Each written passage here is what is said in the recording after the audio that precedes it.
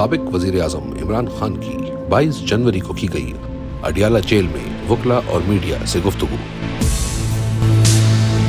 Yahya Khan part 2 کے اقتدار کو طول دینے اور 9 مئی کے واقعات کو چھپانے کے لیے قاضی فائز عیسیٰ نے 9 مئی فالس فلیگ آپریشن اور 8 فروری انتخابی دھاندلی سے متعلق ہماری پٹیشن نہیں سنی۔ تحریک انصاف کے ساتھ تاریخ کی بدترین انسانی حقوق کی خلاف ورزیاں کی گئی۔ ذل شاہ سے لے کر سمیع وزیر تک ہمارے ساتھ ظلم و جبر کی ایک طویل داستان ہے۔ ہمیں ملک بھر میں کسی بھی عدالت سے انصاف نہیں مل سکا۔ عدالتیں مفلوج ہیں۔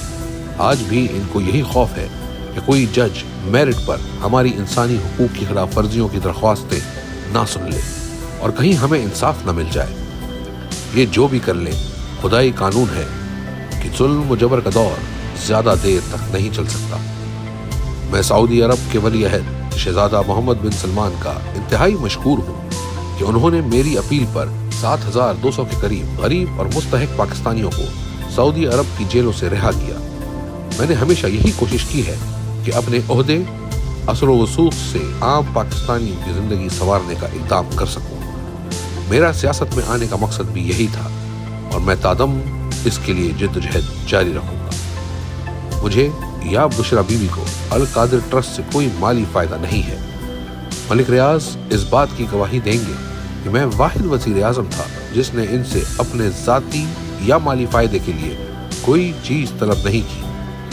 زرداری کی طرح بلاول ہاؤس نہیں بنوایا اور نہ ہی شریف خاندان کی طرح 1 ہائیڈ پارک دگنی قیمت پر بیچا ہے۔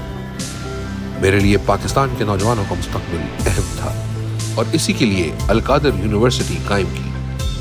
انہوں نے مجھے تکلیف دینے کے لیے ہر حربہ استعمال کیا ہے۔ بشرا بی بی کے خلاف اپوزیشن کی جانب سے چلائی جانے والی سوشل میڈیا کیمپین کی سختی سے مذمت کرتا ہوں۔ اپوزیشن پچھلے 6 سال سے بشرا بی بی پر کیچڑ اچھال رہی ہے تاکہ کسی طرح سے میری کردار کشی کی جا سکے۔